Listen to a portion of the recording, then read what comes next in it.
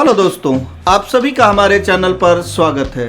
दोस्तों, आज की टॉपिक में हम कवर करने वाले हैं adobe Photoshop CS2 complete video है बिगनर्स टू एडवांस लेवल पे, जिसमें हम फोटोशॉप के सारे टूल्स को कवर करने वाले हैं एक एक करके। तो वीडियो को आप लास्ट तक ज़रूर देखें ताकि इस फोटोशॉप सीरीज़ को आप कंप्लीटली सीख सकें। मेरी आपसे एक रिक्वेस्ट है कि अगर आप हमारी वीडियो को पसंद करते हैं तो वीडियो को लाइक करें, चैनल को सब्सक्राइब कर दें और नोटिफिकेशन ऑन कर लें ताकि जो भी मैं वीडियो इसके बाद बनाऊं वो आप तक सबसे पहले पहुंचे। तो सबसे पहले आ जाते हैं टॉपिक पर। आज की टॉपिक जो हम कवर करने वाले हैं उसका नाम है फोटोशॉप, एडोब फोटोशॉप CS2 करके। इसे 2005 में एडोब क्रिएटिव शूट 2 नाम से रिलीज किया गया था और इसमें ज़्यादातर काम आप इमेज एडिटिंग से रिलेटेड करते हैं। तो यहाँ पे हम उन सारे टूल्स को कवर करेंगे। फोटोशॉप ओपन कैसे करते हैं, फोटोशॉप के एक एक टूल्स, लेयर, चैनल, पथ, ये सारी चीज़ों को हम यहाँ पे 1 बाय 1 करके देखने वाले हैं। तो सबसे पहले फोटोशॉप हम ओपन कैसे करते हैं उसे सीखने वाले हैं। इसके लिए आपको जाना है स्टार्ट पर। स्टार्ट पे जाने के बाद यहाँ पे टाइप हियर टू सर्च पे, जहाँ पे मेरा माउस पॉइंटर है, यहाँ पे आपको टाइप करना है फोटो। देखिए सबसे ऊपर आ गया एडोब फोटोशॉप CS2। अब आपको यहाँ पे क्लिक करना है। थोड़ा सा टाइम लगेगा इसे लोड होने में, तब तक आप वेट करिए। और जैसे ही ये लोड हो जाता है तो फिर इसके इंटरनल इन्वायरमेंट के बारे में भी हम बात करने वाले हैं। तो चलिए सबसे पहले देख लेते हैं कि इसमें कौन सी चीज़ कब और कैसे यूज़ करनी। यहाँ पे आपको यस करना है, डू नॉट रजिस्टर पे जाना है, क्लोज कर देना है और यहाँ से भी नो कर देना है। अब सबसे पहले अगर हम इसका इन्वायरमेंट देखें कि इसका जो स्ट्रक्चर है सॉफ्टवेयर का वो कैसे है। यहाँ पे एक बटन है जिसका काम होता है क्लोज करने के लिए। ये बटन 2 काम करता है, एक तो रिस्टोर करता है और एक मैक्सिमाइज करता है। इस बटन का काम है आपके सॉफ्टवेयर को मिनिमाइज करने के लिए। इस तरीके से यहां पे आएंगे तो यहां पे मेनूज है, हेल्प मेनू, विंडो मेनू, व्यू मेनू, फिल्टर मेनू, सेलेक्ट मेनू, लेयर से रिलेटेड मेनू है, इमेज से रिलेटेड है, एडिट से रिलेटेड है और यहां पे आपको न्यू से रिलेटेड यानी फाइल से रिलेटेड सारी चीजें मिल जाएंगी। इसके जस्ट बाजू में यहां पे आप देखिए, यहाँ पे आपके पास टूल्स हैं। तो ये टूल्स, बहुत सारे टूल्स हैं, इन सारे टूल्स को हम आज कवर करने वाले हैं। एक एक करके सारे टूल्स को देखेंगे कि इसका इस्तेमाल कैसे होता है। इसके अलावा यहाँ पे कुछ प्रॉपर्टीज़ हैं, जैसे कि यहाँ पे कलर, स्विचेस, स्टाइल। और नीचे आएंगे तो देखिए यहाँ पे नेविगेटर, इन्फो, हिस्टोग्राम और उसके नीचे जाएंगे हिस्ट्री और एक्शन और उसके नीचे में है लेयर, चैनल और पथ। तो इन सब के बारे में एक एक करके अभी हम डिस्कस करने वाले हैं। तो सबसे पहले हम डिस्कस करेंगे कि जब भी हम कोई डॉक्यूमेंट्स लेते हैं तो डॉक्यूमेंट कैसे आता है, या हमें कोई डॉक्यूमेंट्स या कोई पेज लेना है जिस पे डिज़ाइन करनी है तो वो कैसे आएगा। नंबर 1 पे क्या देखना है भाई, डॉक्यूमेंट्स कैसे फोटोशॉप के अंदर लाया जाता है। तो उसके लिए हम चले जाएंगे फाइल पे, न्यू पे क्लिक करेंगे। एक तरीका तो आपको सिंपल मिल गया कि आपको जाना है फाइल पे, फाइल के बाद आपको जाना है न्यू पे। यहाँ से आपको न्यू डॉक्यूमेंट मिल जाएगा। जैसे अब अगर हम यहाँ पे डिस्कस करें कि ये डॉक्यूमेंट जो हमें यूज़ करना है उसमें किन चीज़ों को ध्यान में रखना है। सबसे पहले अपने डॉक्यूमेंट्स का नाम देना है। फॉर एग्जांपल मैं यहाँ पे दे रहा हूँ इमेज एडिटिंग नाम से, इमेज एडिटिंग। इसके बाद यहाँ पे प्रीसेट आता है, आप यहाँ पे क्लिक करेंगे तो आपको अलग अलग साइज मिल जाएगी। जैसी आपको साइज चाहिए वो साइज ले सकते हैं। लेटर टाइप चाहिए, लीगल चाहिए, टैबलॉइड चाहिए, 2x3, 4x6, 5x7, 8x10 या फिर पिक्सल में चाहिए तो पिक्सल में ले लीजिए। पेज टाइप में चाहिए जैसे A4, A3, B5, B4, B3, ये सारी चीज़ें यहाँ पे अवेलेबल है। फिलहाल के लिए लेता हूँ मैं कस्टम। उसके नीचे है हाइट और विड्थ। हाइट और विड्थ के जस्ट बाजू में आप देखेंगे तो ये हाइट और विड्थ पिक्सल में दी गई है। आप इसे इंच में ले सकते हैं, आप इसे सेंटीमीटर में ले सकते हैं, आप इसे mm में यानी मिलीमीटर में ले सकते हैं, पॉइंट्स में ले सकते हैं और इसी तरीके से कॉलम और वगैरह भी ले सकते हैं। तो यहाँ पे हम ले लेते हैं पिक्सल में। दूसरा हिस्सा यहाँ नीचे देखेंगे रेजोल्यूशन, और रेजोल्यूशन की वजह से आपकी इमेज की साइज पे क्या इफेक्ट होता है मैं वो आपको समझाने की कोशिश करता हूँ। अगर मैं रेजोल्यूशन यहाँ पे 50 रखता हूँ इस तरीके से, कितने का 50 और पर इंच पे ही रखता हूं तो 2.64 GB का बन रहा है। और अगर मैं इसे 300 रखता हूं तो आप देखिए जो भी हमारा इमेज बनेगा उसकी क्वालिटी हाई लेवल पे होगी। तो आपको ध्यान रखना है कि जब भी आप कोई डिज़ाइन करें तो उसका रेजोल्यूशन मैक्सिमम रखें, यानी 300 350 के आसपास रखें। कलर का मोड हमने यहाँ पे RGB रखा है, इसके अलावा आप बिटमैप भी रख सकते हैं। यहाँ पे ग्रे स्केल भी आता है, इसमें आपका CMYK आता है और एक होता है RGB और एक लाइव कलर होता है। तो यहाँ पे हमें लेना है RGB कलर। बैकग्राउंड को हम व्हाइट ही रखने वाले हैं। जैसे आप यहाँ से ओके करेंगे तो आप देखेंगे आपके सामने एक डॉक्यूमेंट बन के आ जाएगा और उस डॉक्यूमेंट के ऊपर आप देखेंगे तो आपको इमेज एडिटिंग दिखाई दे रहा है। ये तो हो गया कि जहाँ से हम फाइल पे गए और ओपन किया। इसका एक दूसरा तरीका भी है। अगर आप कीबोर्ड का इस्तेमाल करके फाइल लेना चाहते हैं, कोई डॉक्यूमेंट बनाना चाहते हैं, तो आपको कंट्रोल के साथ में N प्रेस करना होगा। कंट्रोल के साथ N प्रेस करना होगा। देखिए यहाँ सामने ही लिखा हुआ है कंट्रोल N फॉर न्यू। तो अगर आप कंट्रोल दबाकर N प्रेस करते हैं तो आपको फिर से उसी तरीके का एक नया डॉक्यूमेंट बनाने के लिए पेज आ जाएगा, जिसमें आप अपने डॉक्यूमेंट्स की सारी सेटिंग देकर आप अपने डॉक्यूमेंट्स को ले सकते हैं। फिलहाल के लिए मैं अपने डॉक्यूमेंट्स का नाम दोबारा इमेज एडिटिंग दे देता हूं और बाकी जो सेटिंग हमने लास्ट टाइम पे सेट किया था सेम सेटिंग रखकर ओके कर देते हैं। अब जैसे ही आप ओके करेंगे तो आपका जो डॉक्यूमेंट है वो यहाँ पे खुल के आ जाएगा। इस डॉक्यूमेंट में आप देख सकते हैं कि हमारे बैकग्राउंड पे आ गया है, नेविगेटर में देख सकते हैं। अब ये जो डॉक्यूमेंट है इस पे काम करना है, लेकिन इस पे काम किससे करेंगे? या तो हम कोई इमेज ले सकते थे, लेकिन हमें अभी इमेज पे काम ना करते हुए सबसे पहले टूल्स को समझना है। जब आप टूल्स समझ जाएंगे तो फिर आप ऑब्जेक्ट लेकर उन टूल्स का इस्तेमाल भी समझ जाएंगे। फॉर एग्जाम्पल अगर हम यहाँ टूल्स की बात करें तो इसके अंदर 4 टूल्स हैं। कितने टूल्स हैं? 4 टूल। दोबारा देखिए, यहाँ पे आपको लेफ्ट होल्ड करके क्लिक कर देना है तो यहाँ पे 4 टूल हैं। Rectangular marquee tool, elliptical marquee tool, single row marquee tool और सिंगल कॉलम मर्क्यू टूल। तो सबसे पहले हम इन चारों टूल्स को समझने वाले हैं। देखिए, रेक्टेंगुलर मर्क्यू टूल या फिर इलेप्टिकल मर्क्यू टूल, ये दोनों टूल आपको सिलेक्शन में भी काम आएंगे या फिर ऑब्जेक्ट क्रिएशन में भी काम आएंगे। एक हिस्सा देख लेते हैं कैसे। अगर हम यहाँ पे रेक्टेंगुलर मर्क्यू टूल लेते हैं कुछ इस तरीके से, और इसके अलावा जैसे ही आप यहाँ पे इसे प्रेस करेंगे या फिर उस मर्क्यू टूल को ड्रॉ करेंगे तो आप देखेंगे यहाँ पे 4 ऑप्शंस आते हैं। पहले ऑप्शन पे है न्यू सिलेक्शन। अगर आपका माउस क्लिक या आपने सेलेक्ट किया है न्यू सिलेक्शन तो जितनी बार भी रेक्टेंगुलर मर्क्यू टूल आप क्रिएट करेंगे उतनी बार नया बनेगा, ओल्ड वाले को हटा देगा। यानी आपको हमेशा न्यू रेक्टेंगुलर मर्क्यू टूल ही ड्रॉ होता हुआ दिखाएगा। अगर आप इसमें ऐड पे क्लिक कर देते हैं तो जो ओल्ड वाला हिस्सा है वो भी रहेगा। इसके अलावा जो इसके ऊपर आप ड्रॉ करेंगे वो भी उसमें ऐड होता चला जाएगा, जैसा कि आपको यहाँ पे डिजाइन में दिख रहा होगा। अगर हम यहाँ पे तीसरे की बात करें तो इसका नाम है सबट्रैक्ट फ्रॉम सिलेक्शन। ये हमारा सिलेक्शन है और इस सिलेक्शन में से कुछ हिस्सा अगर हमें सबट्रैक्ट करना है, काटना है, हटाना है तो हम सबट्रैक्ट का इस्तेमाल कर सकते हैं। और तीसरा जो टूल हमारा, चौथा टूल, उसे बोलते हैं इंटरसेट। इंटरसेट का काम ये होता है कि जितना आप ऑब्जेक्ट सेलेक्ट करेंगे, सपोज हमारा सिलेक्शन इतना हो रहा है तो सिर्फ इतना ही सिलेक्शन लेगा, इसके आउटसाइड में जितने भी सिलेक्शन होंगे या ऑब्जेक्ट होंगे उन्हें रिमूव कर देगा। तो ये 4 टाइप के हमारे पास सिलेक्शन क्रिएट करने के लिए दिए गए हैं। न्यू सिलेक्शन, हर बार नया सिलेक्शन बनाएगा, आप जितनी बार भी बनाएंगे उतनी बार। ऐड सिलेक्शन, ओल्ड सिलेक्शन में कुछ भी आपको सिलेक्शन ऐड करना है तो बिल्कुल आप इसका इस्तेमाल कर सकते हैं। तीसरा सबट्रैक्ट सिलेक्शन। अगर आपको अपना सिलेक्शन कहीं से थोड़ा सा कम या ज़्यादा करना है तो आप सबट्रैक्ट सिलेक्शन का इस्तेमाल करके ओल्ड सिलेक्शन को कहीं से भी आप इस तरीके से कम कर सकते हैं। और इंटरसेट के अंदर जो भी आपने सिलेक्शन किया है उस सिलेक्शन में सिर्फ उतना ही हिस्सा आपको मिलेगा जितना आप सिलेक्ट करेंगे, इसके आउटसाइड का जितना पार्ट रहेगा वो रिमूव हो जाता है।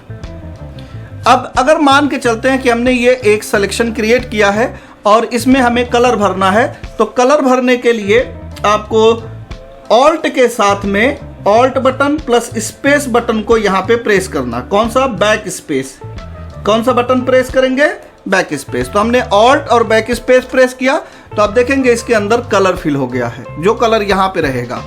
अगर इस कलर को मैं चेंज करना चाहता हूँ तो कलर पे क्लिक करूँगा और अपने हिसाब से अपने कलर को यहाँ से सेट कर सकते हैं। इसकी कलर की ओपेसिटी भी कम ज़्यादा कर सकते हैं, डार्क चाहिए, लाइट चाहिए, जैसा चाहिए आपको यहाँ से आप सेट करके ओके कर दीजिए। अब ये वाला कलर इस पे अगर लाना है तो फिर से ऑल्ट के साथ में बैक स्पेस प्रेस करिए, वो कलर यहाँ पे आ जाएगा। ठीक है, अब आते हैं दूसरे सेक्शन पे। दूसरे सेक्शन पे अगर हमें कोई सिलेक्शन ऐसा क्रिएट करना है जैसे कि सर्कल बेस पर, तो हमने यहाँ से लिया इलिप्टिकल मर्क्यू टूल, यहाँ पे हमने सर्कल को ड्रॉ किया। अब अगर हमें इसमें कोई कलर दूसरा भरना है तो यहाँ पे कलर पे जाइए, कलर को चूज करिए और यहाँ पे ऑल्ट के साथ बैक स्पेस प्रेस कर देंगे तो जो भी आपने यहाँ पे कलर लिया है वो कलर यहाँ पे आ जाएगा। अब आप देखेंगे कि ये वाला हिस्सा अभी भी सिलेक्शन में है। अगर आपको सिलेक्शन हटाना है, सिलेक्शन हटाने के लिए क्या करना है, कंट्रोल के साथ डी, कंट्रोल के साथ में डी प्रेस करेंगे तो आपका सिलेक्शन हट जाएगा। अभी आपको दिख रहा होगा कि यहाँ पे कुछ इस तरीके से मर्क्यू करता हुआ हिस्सा दिख रहा है, तो अगर आप कंट्रोल के साथ डी प्रेस करते हैं तो आपका सिलेक्शन रिमूव हो जाएगा। अब इन चीज़ों को भी ध्यान से अगर समझना है कि इसमें सिलेक्शन कैसे न्यू सिलेक्शन होगा, तो आपको यहाँ पे न्यू सिलेक्शन पे क्लिक रखना है, यहाँ पे ड्रॉ कर देना है। अब जब भी आप ड्रॉ करेंगे तो खाली एक ही सिलेक्शन मिलेगा, ओल्ड वाला सिलेक्शन ऑटोमेटिक हटता दिखाई देगा। अगर आप ऐड पे क्लिक करते हैं तो आपको ऐड होता हुआ दिखाई देगा कुछ इस तरीके से, ये देखिए।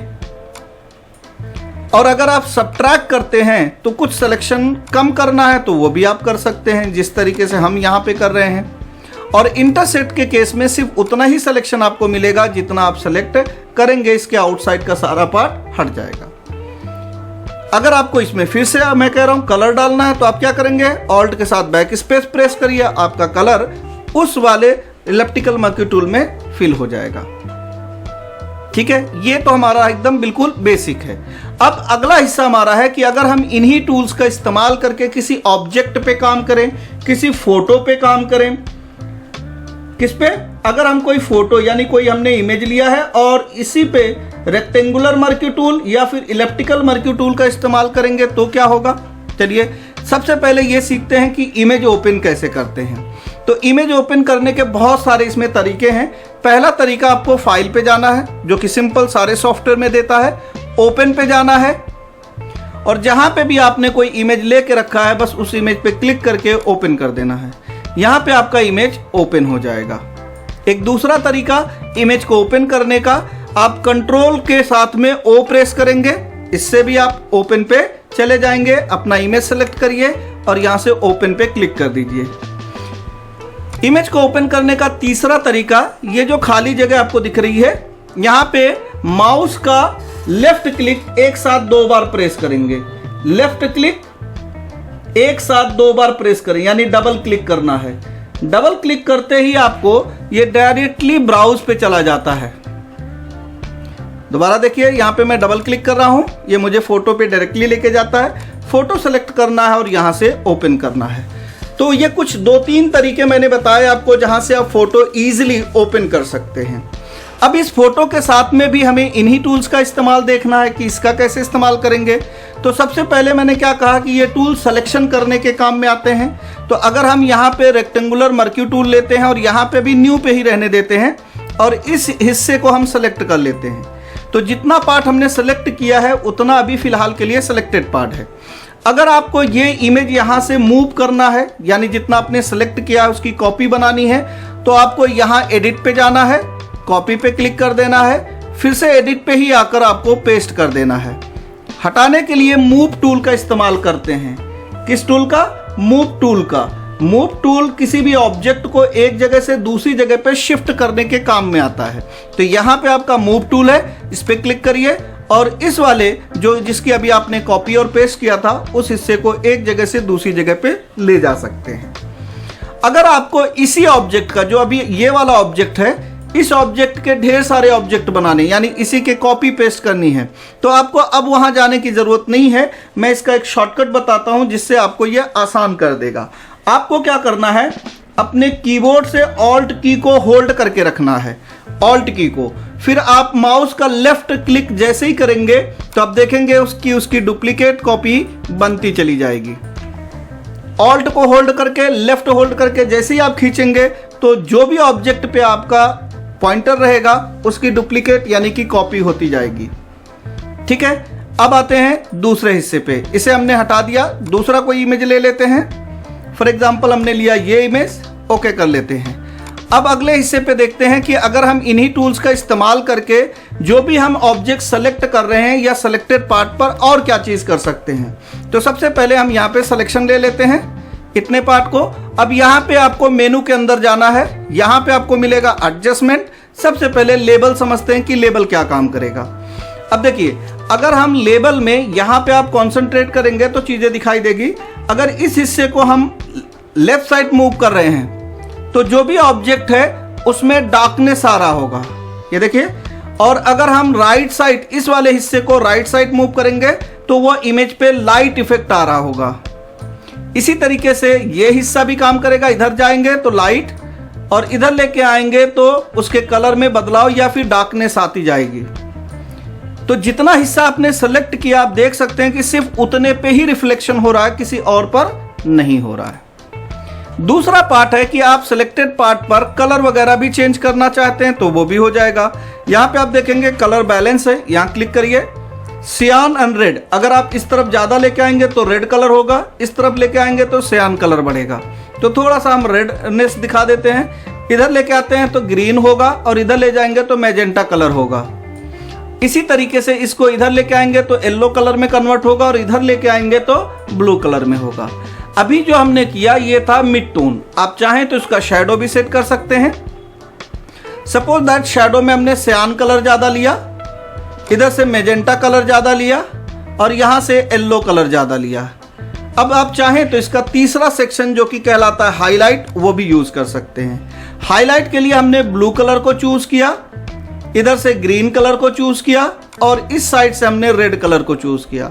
अब जैसे ही आप ओके करेंगे तो आप देखेंगे जो आपका ओरिजिनल ऑब्जेक्ट था उस ऑब्जेक्ट में ये कुछ चेंजेस होते हुए।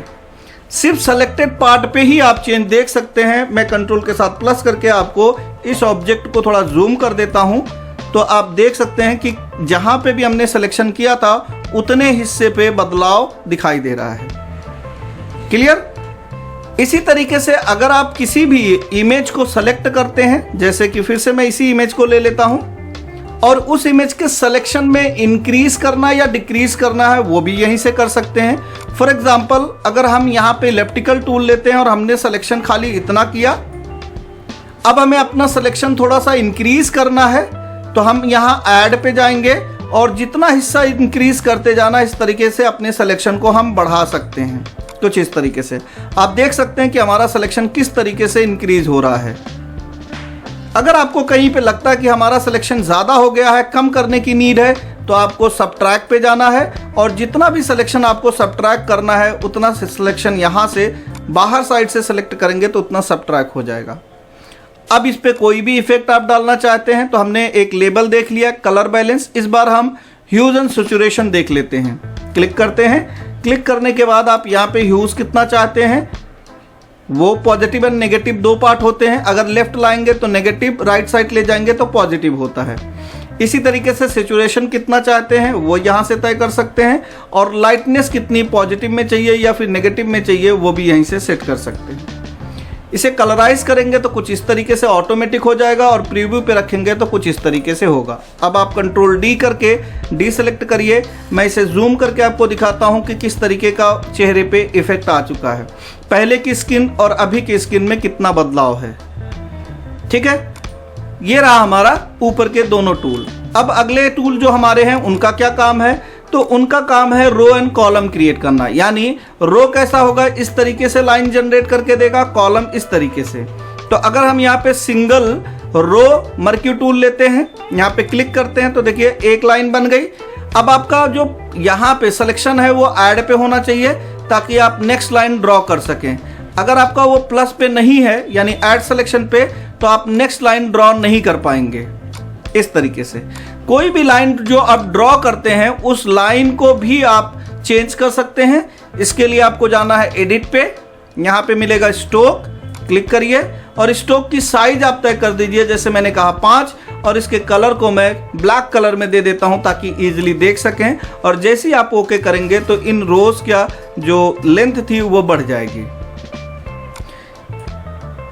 कहां पे आना है, एडिट, आप स्ट्रोक पे जाइए और यहां से लेंथ को अब यहां सेंटर रखना तो सेंटर कर दीजिए। ये देखिए सेंटर में आपकी लेंथ बढ़ चुकी है। कंट्रोल डी करके आपको दिखाता हूं तो आपको जो मैंने सिंगल रो यहां पे ड्रॉ किया था वो दिखाई देगा।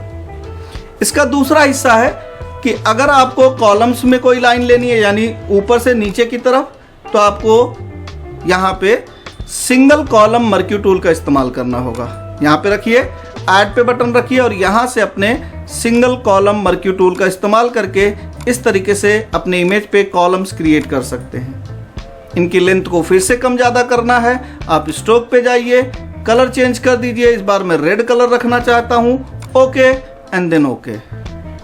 ये देखिए, ठीक है। तो इस तरीके से इफेक्ट भी आप यहां पे इजीली बना सकते हैं।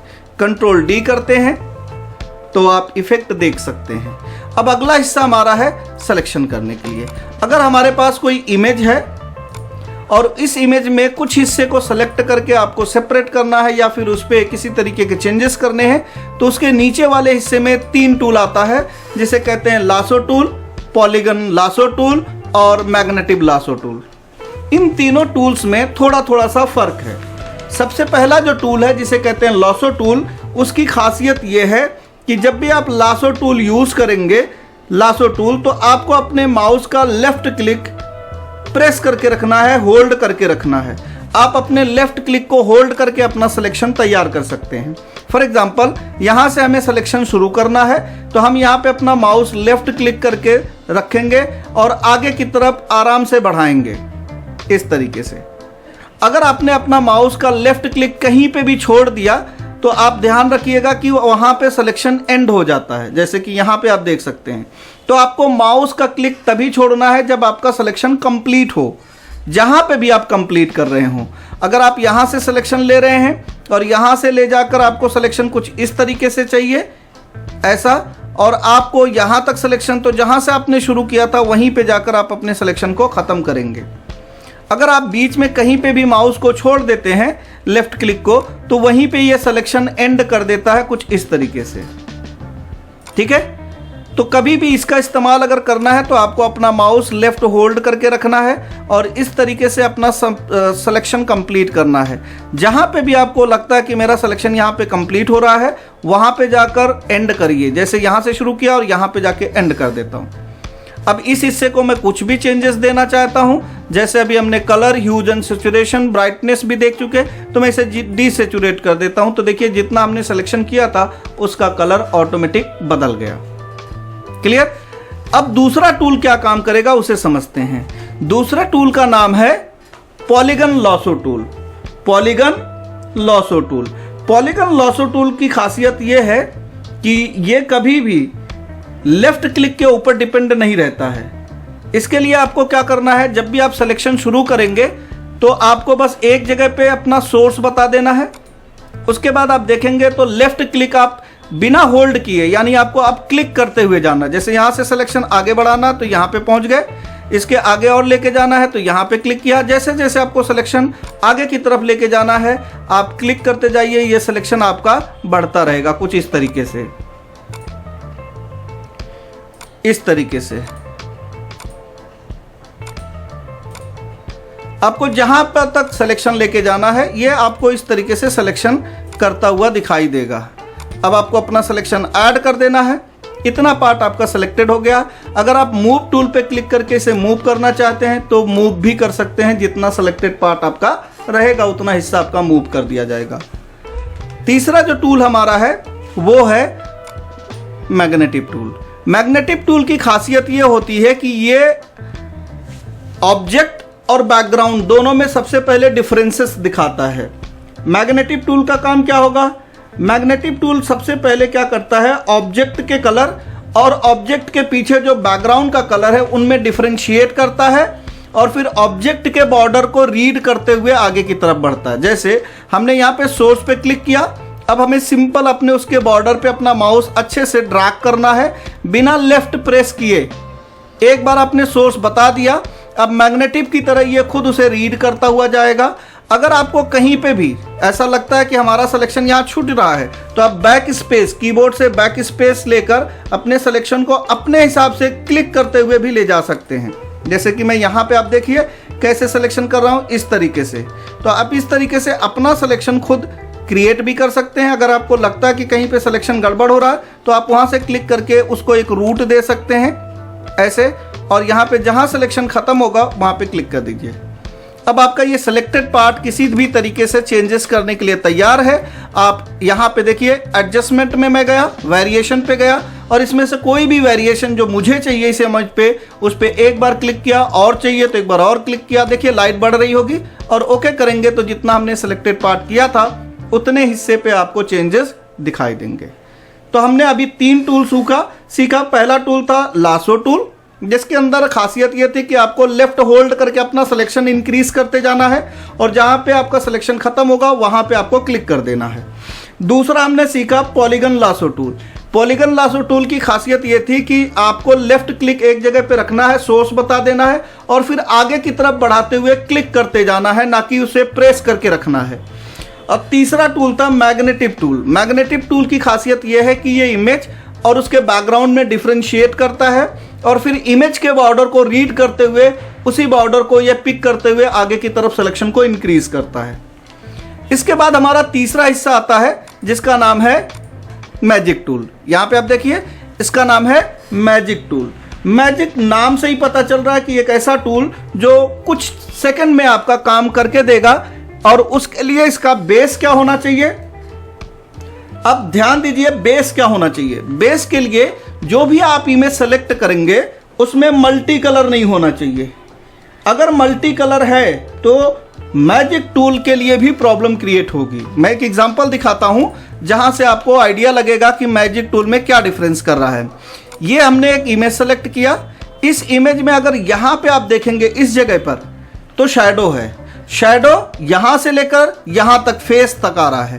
तो अगर हम मैजिक टूल से इसका बैकग्राउंड सेलेक्ट करना चाहते हैं तो यहां पे आपको ऐड बटन पे रखना और क्लिक कर देना है। तो देखिए यहां तक का तो सिलेक्शन इजीली कर लिया। क्यों? क्योंकि इसका बैकग्राउंड का कलर बिल्कुल एक ही है, कहीं पे भी कोई डिफरेंसेस नहीं है। लेकिन जैसे ही हम सिलेक्शन को यहां पे इंक्रीज कर रहे हैं तो आप देख सकते हैं कि यहां तक का ही सिलेक्शन किया, यहां पे नहीं किया है। और अभी दोबारा अगर मैं इंक्रीज करता हूं तो इस तरीके से उसका सिलेक्शन उसके बैकग्राउंड पे भी या उसके इमेज पे भी जाना शुरू हो गया। ये देखिए इस तरीके से। तो यहां पे बाल पे शैडो है प्रॉपर, तो बाल तक ये आ गया है। यहां देखिए हेयर पे पूरा यहां तक शैडो आ गया। अगर मैं यहां पे डिलीट बटन दबाता हूं तो जो भी सिलेक्टेड पार्ट है वो डिलीट हो जाएगा। लेकिन आप ध्यान से देखेंगे तो आप देखेंगे यहां से कुछ हेयर भी कट गया है, यहां से भी कट गया है। इसका मतलब एक सिंपल सा था कि जब भी हम ऐसा कोई काम करते हैं जिसमें हमें मैजिक टूल की ज़रूरत हो तो हमें ध्यान रखना है कि पीछे का कलर कोई एक ही कलर में होना चाहिए। इसका दूसरा एग्जांपल मैं आपको दिखाता हूं इस वाले हिस्से से। इसमें इमेज और बैकग्राउंड में बहुत फर्क है। इसमें कहीं पे भी आपको शैडो नहीं मिल रहा है। तो जब भी आप मैजिक टूल का इस वाले इमेज पे यूज़ करेंगे, इस तरीके के इमेज पे, तो आप देखेंगे इसका सिलेक्शन बहुत ही ईजी तरीके से हो जा रहा है। जैसे मैंने यहाँ सिलेक्शन किया, यहाँ पे सिलेक्शन किया, यहाँ सिलेक्शन किया और यहाँ पे। अब इमेज का बैकग्राउंड एक कलर में है और इमेज एक अलग कलर में है। तो जब आप देखेंगे डिलीट करके तो यहाँ पे इमेज पे कोई भी रिफ्लेक्शन नहीं हुआ, सिर्फ बैकग्राउंड ही इसका चेंज हुआ है। अब बैकग्राउंड को चेंज करने के लिए ब्लैक की जगह पे मैं इसे किसी और कलर में दे देता हूँ, फिर से डिलीट बटन दबाऊंगा तो वही कलर यहाँ पे आ जाएगा। ये तो हुआ इसका एक पार्ट। दूसरे पार्ट पे अगर मैं ये कहूँ कि मुझे बैकग्राउंड नहीं चेंज करना है, मैं इस इमेज को यहाँ से हटाकर किसी और जगह पे ले जाना चाहता हूँ। अगर आप इसे यहाँ से मूव करेंगे तो आप देखेंगे नहीं मूव होगा। क्यों? क्योंकि यहाँ पे आपका लेयर जो है ना वो लॉक्ड है। तो हमें एक्चुअली पूरा बैकग्राउंड के साथ तो नहीं ले जाना है, ले जाना है खाली इमेज को। तो जो भी हमने सिलेक्शन बैकग्राउंड का किया है उस सिलेक्शन को उल्टा कर देंगे, अपोजिट कर देंगे। अपोजिट करने से हमें एक फ़ायदा ये होगा कि जो सिलेक्शन बैकग्राउंड को किया है वो सिलेक्शन इमेज को कर लेगा और बैकग्राउंड को छोड़ देगा। कैसे? यहीं पे आपको मैजिक टूल को क्लिक करना है, फिर यहाँ पे राइट क्लिक करना है। राइट क्लिक करने के बाद देखिए एक टूल है जिसका नाम है सेलेक्ट इनवर्स। यहाँ पे जैसे ही आप क्लिक करेंगे तो जो बैकग्राउंड का सिलेक्शन था वो हट जाएगा और इमेज का सिलेक्शन आपका यहाँ पे कंप्लीट हो जाएगा। अब आप मूव टूल से इस इमेज को कहीं पे भी मूव कर सकते हैं। छोटा बड़ा करना है, छोटा बड़ा कर सकते हैं। छोटा बड़ा करने को बोलते हैं ट्रांसफॉर्म। क्या बोलते हैं? ट्रांसफॉर्म। और ट्रांसफॉर्म करने का शॉर्टकट है कंट्रोल के साथ में टी बटन। आप कंट्रोल के साथ टी करेंगे तो इस ऑब्जेक्ट को ट्रांसफॉर्म कर सकते हैं। इसके अलावा यहाँ पे एक और है चेक बॉक्स जहाँ पे लिखा शो ट्रांसफॉर्म कंट्रोल। अगर आप यहाँ पे क्लिक करते हैं तो यहाँ पे देखिए कंट्रोल दिखने लगा। आप इमेज को अपने हिसाब से मैनेज कर सकते हैं। अगर आप वहां से नहीं करना चाहते हैं तो कंट्रोल के साथ में टी प्रेस करिए। इससे भी आपको शो ट्रांसफॉर्म का टूल ही मिलता है। यहाँ से भी आप अपने ऑब्जेक्ट को अपने हिसाब से मैनेज कर सकते हैं। क्लिक कर दीजिए, देखिए आपका ऑब्जेक्ट यहाँ पे आ चुका है। कंट्रोल डी करके इसका सिलेक्शन हटा सकते हैं। क्लियर? ये टूल भी समझ में आ गया। मैजिक टूल, मैजिक टूल की खासियत यह है कि इसे बैकग्राउंड का कलर जो है किसी एक सिमिलर कलर में होना चाहिए, एक ही कलर में होना चाहिए। एक से ज़्यादा भी कलर अगर है तो ऑब्जेक्ट का कलर बिल्कुल डिफरेंट रहेगा। तो आप इसे मैजिक की तरह बिल्कुल सेकंड में काम कर सकते हैं। आप अक्सर देखेंगे जो फोटो स्टूडियोज होती हैं जहाँ पे फ़ोटो निकाले जाते हैं, वहाँ पे आप जब भी कभी फ़ोटो निकलवाने जाते होंगे तो उसके पीछे चद्दर या किसी तरीके का ग्रीन टाइप का कोई वो पट्टी लगा के रखते हैं या चादर लगा के रखते हैं जिसके थ्रू वो इमेज को आसानी से एडिट करते हैं। अगले हिस्से पे हम कवर करने वाले हैं क्रॉप टूल। क्रॉप टूल से मेरे ख्याल से सभी लोग अवेयर हैं क्योंकि आज के डेट में सभी लोग मोबाइल यूज़ करते हैं। तो क्रॉप टूल का ये काम होता है कि जो भी इमेज का एक्स्ट्रा पार्ट होता है उसे काटने के काम में आता है। जैसे हमने यहाँ पे क्लिक किया और यहाँ पे हमने सिलेक्शन किया। अब ये सिलेक्शन से क्या समझ में आ रहा कि जितना सिलेक्टेड पार्ट है उतना ही पार्ट हमें चाहिए, इसके अलावा जितना भी बाहर का पार्ट है वो हमें नहीं चाहिए। तो यहाँ पे बस आप टिक पे क्लिक कर दीजिए, आपको उतना ही हिस्सा मिलेगा जितना आपने सेलेक्ट किया था। तो क्रॉप ये काम करता है कि आप अपने इमेज को या आपके अपने ऑब्जेक्ट को सिलेक्टेड पार्ट में कन्वर्ट कर सकते हैं। जैसे हमें इस इमेज को सिर्फ इतना हिस्सा चाहिए तो आप देखिए यहाँ पे दिखाने लगा। आप क्रॉप को भी आगे पीछे करके सेट कर सकते हैं कि आपको क्रॉप कितना हिस्सा करना है। जैसे आप सेट कर लें उसके बाद यहाँ पे चेक पे क्लिक कर दीजिए, आपको क्रॉप करके उतना इमेज मिल जाएगा। क्रॉप के बाद अगला आता है हमारा अगला टूल है जिसका नाम है स्लाइस। अब ये स्लाइसर क्या करता है या स्लाइस टूल क्या करेगा? अगर कोई भी इमेज के ढेर सारे हमें स्लाइसेस यानी टुकड़े करने हैं तो इस टूल का इस्तेमाल किया जाता है। स्लाइसर इमेज जो होते हैं वो ज़्यादातर कोई वेब डिज़ाइनर जो रहते हैं, जो वेबसाइट वगैरह डिज़ाइन करते हैं, उनके काम में आ जाता है। बॉर्डर लगाने के लिए या इमेज को कहीं पे सेट करने के लिए या बैकग्राउंड के इमेज को एक्टिव करने के लिए भी उसका इस्तेमाल करते हैं। सबसे पहले हम स्लाइस टूल को यूज़ करके देखते हैं कि कैसे यूज़ किया जाता है। तो यहाँ पे एक इमेज ले लेते हैं, ओपन करेंगे।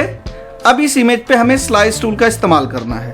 तो हमने यहाँ से स्लाइस टूल को सेलेक्ट किया और यहाँ पे पहला स्लाइसर हम लगा रहे हैं इतने फेस पर, दूसरा स्लाइसर हम यहाँ पे हेयर पे लगा रहे हैं, तीसरा शोल्डर पे और इसी तरीके से चौथा पूरे बॉडी पे हम लगाने की कोशिश करते हैं। ये अलग अलग मैं स्लाइसर बना रहा हूँ। ऊपर का हिस्सा भी एक स्लाइस कर लेता हूँ। अब हमने यहाँ पे जो भी स्लाइस किए हैं, यहाँ पे देखिए एक टूल है सेलेक्ट स्लाइसर। देखिए इस तरीके से जो भी आपने सेलेक्ट स्लाइसर से काटा हुआ है उसको आप सेलेक्ट कर सकते हैं इस टूल से। बट अभी हमें तो सेलेक्ट नहीं करना है, हमें ये देखना है कि जो हमने यहाँ पे स्लाइसेस की हैं, जैसे ये अलग अलग हिस्सों में हमने इसे काटा है, वो कैसे मिलेगा, उसे देखेंगे कहाँ पे। तो इसके लिए आपको जाना है फाइल पे, सेव फॉर वेब पे क्लिक कर दीजिए। सेव फॉर वेब पे क्लिक करते ही आपको इसे किसी एक लोकेशन पे सेव करना होगा जहाँ पे ये स्लाइसेस एक जगह पे स्टोर मिले। यहाँ देखिए सेव नाम का एक बटन है, आपको यहाँ पे क्लिक करना है। आपसे पूछा जाएगा कि ये कहाँ सेव करना है, तो हम आ जाते हैं डेस्कटॉप चूज करते हैं और यहाँ पे अपनी फाइल का नाम दे देते हैं। यहाँ पे हम दे देते हैं स्लाइस और यहाँ पे जैसे ही ओके करेंगे तो ये थोड़े देर में हमें इमेज सेव करके डेस्कटॉप के ऊपर हमें ये इमेज का एक फोल्डर मिलेगा, उसके अंदर सारी स्लाइसेस प्रोवाइड की जाएंगी। थोड़ा सा वेट कर लेते हैं, इसे कट करने में थोड़ा सा टाइम लगता है। यहाँ पे हो चुका है। अब ये देखने के लिए हमें इसे मिनिमाइज करना होगा, डेस्कटॉप पे आना होगा और हमें एक फोल्डर मिलेगा, इमेजेस नाम का, और उस इमेजेस नाम के फोल्डर में सारे स्लाइसर होंगे। देखिए यहाँ पे मेरा काटा हुआ पार्ट है, स्लाइस करके यहाँ पे एक इमेजेस नाम का फोल्डर है, इस पे डबल क्लिक करिए। यहाँ पे जो भी आपने अभी स्लाइसेस किया था वो सारे स्लाइसेस आपको यहाँ पे सामने दिखाई देंगे। स्लाइसेस को और आराम से अरेंज किया होता है, जैसे slice 1, slice 2, slice 3, slice 4, slice 5, slice 6, slice 7, इनके सीक्वेंस बना दिए जाते हैं और ये 20 तक का सीक्वेंस क्रिएट करता है। तो जितने भी आप स्लाइसेस बनाना चाहते हैं एक इमेज के, उतने इमेज के आप स्लाइसेस क्रिएट कर सकते हैं। इसके लिए हमने कोई ज़्यादा कुछ नहीं किया। हमने क्या किया, सबसे पहले इमेज लिया, जो भी इमेज पे हमें स्लाइसर लगाना है उस पे स्लाइसर से हमने उतने हिस्से काट दिए। जैसे हमने लिया ये वाला इमेज, और इस इमेज पे स्लाइसर का इस्तेमाल करके हमने ढेर सारे इसके स्लाइस बना लिए। जैसे मैं अभी आँख का एक स्लाइस बना रहा हूँ, यहाँ पे फॉरहेड का एक स्लाइस बना रहा हूँ, यहाँ पे नोज का एक स्लाइस बना रहा हूँ, यहाँ पे लिप का एक स्लाइस बना रहा हूँ, लिप से लेके यहाँ तक का। उसके बाद एक मैं हेयर का बना रहा हूँ, एक साइड से यहाँ पे स्लाइस क्रिएट कर रहा हूँ। तो जितने भी मैं स्लाइसेस क्रिएट कर रहा हूँ, इन सारी स्लाइसेस को एक इमेज नाम के फोल्डर में ये स्टोर करता है।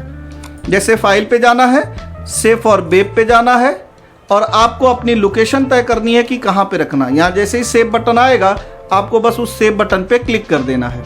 जैसे आप क्लिक करेंगे तो आपसे लोकेशन पूछेगा कहाँ सेव करना है। तो हमने यहाँ डेस्कटॉप पे बोला, हमने यहाँ लिखा स्लाइस इमेज नाम का एक फाइल बना लेते हैं। फोल्डर हमेशा इमेजेस नाम का ही बनता है, इमेज नाम का फोल्डर जो रहेगा उसी में ये जाएगा, लेकिन आपकी एक फाइल सेपरेट भी बन के आती है। तो अभी जैसे ही ये पूरा स्लाइस बन जाएगा तो मैं आपको डेस्कटॉप पे जाकर उन सारी स्लाइसेस को दिखाता हूँ कि किस तरीके से ये स्लाइसेस क्रिएट हुई हैं। ठीक है, यहाँ से मिनिमाइज करते हैं, यहाँ पे आ जाते हैं इमेजेस नाम का फोल्डर, और यहाँ पे देखेंगे स्लाइस इमेज करके एक फाइल बनी हुई है। ये जो फाइल बनी हुई है ये HTML यानी वेब टाइप की फाइल है। अगर आप इस पे डबल क्लिक करेंगे तो ये आपको वेबसाइट पे लेके जाएगा, यानी इंटरनेट पे ब्राउजर पे खुलता है। और इस फाइल पे जैसे ही आप यहाँ से ओपन करेंगे तो आप जहाँ जहाँ पे भी अपनी स्लाइसेस, मैं कंट्रोल के साथ इसे ज़रा छोटा करके दिखाता हूँ ताकि आपको दिखे। देखिए सबसे पहली स्लाइस मैंने यहाँ पे आइज के लिए किया था। तो आप देखिए माउस का लेफ्ट होल्ड करके इस तरीके से खींचिए तो स्लाइसर का जितना भी पार्ट रहता ना सेपरेट दिखाई देगा कि कौन कौन सा हिस्सा आपने स्लाइस में रखा हुआ है। ये देखिए हेयर का, देखिए यहाँ पे देखिए। और यही चीज़, ये सारी स्लाइसेस कहाँ मिलेंगी आपको, इस इमेजेस नाम के फोल्डर में। यहाँ देखिए, ठीक है। तो सारी स्लाइसेस जितनी भी हमने स्लाइसेस की थी यहाँ पे उन इमेजेस की स्लाइसेस हमें अवेलेबल करा दी गई। तो ये स्लाइसेस का इस्तेमाल है, अगर आप करना चाहते हैं तो कर सकते हैं। आपको अगर कोई वेबसाइट डिज़ाइन वगैरह करना है, आपको इमेज चाहिए, तो आप बिल्कुल इसका इस्तेमाल कर सकते हैं। ठीक है, अगला टूल हमारा आता है जिसमें हम अगर कोई इमेज ऐसा है जिसमें चेहरा वगैरह साफ करना है, जैसे कि ये ले लीजिए, इस चेहरे पे देखिए कितने सारे पिंपल्स हैं, है ना। अगर हम इस पिंपल्स को सही करना चाहते हैं तो हमारे पास 3 टूल दिए गए हैं। एक टूल का नाम है spot healing brush tool. Spot healing brush tool, ये टूल क्या करेगा, जो भी स्पॉट आपको हील करना है, भरना है, उस पे ये उसे फिल करता है। जैसे हमने इसे सेलेक्ट किया, अब ये हमारा पॉइंटर है। अब पॉइंटर को बड़ा या छोटा करने के लिए कीबोर्ड से ये कर्ली ब्रैकेट वाला जो बटन है ना, सिंपल, वो प्रेस करेंगे। देखिए एक से बड़ा होगा, एक से छोटा होगा। तो आप अपना जो स्पॉट है उतना बड़ा ही पॉइंटर रखिए ताकि बाहर की स्किन पे इसका असर ना हो। जैसे कि हमने ये लिया, अभी क्लिक कर देते हैं तो देखिए जो स्पॉट था वो हील हो गया। इसी तरीके से यहाँ पे देखिए, इस तरीके से हम इस स्पॉट को हील कर रहे हैं। Spot healing brush tool easily क्या करता है, जो भी ऑब्जेक्ट पे इस तरीके से पिंपल्स वगैरह होते हैं उन्हें हील करने के काम में आता है, भरने के काम में आता है, कुछ इस तरीके से। बस आपको वहाँ पे क्लिक करना है लेफ्ट से, वो उस स्पॉट को हील कर देगा, भर देगा जिस स्पॉट पे आपको उसे हील करना है। एक दूसरा तरीका यह है, इसका नाम है हीलिंग ब्रश टूल। इसमें स्पॉट वर्ड नहीं है, सिर्फ हीलिंग ब्रश टूल है। तो हीलिंग ब्रश टूल के लिए आपको एक छोटा सा काम करना पड़ेगा।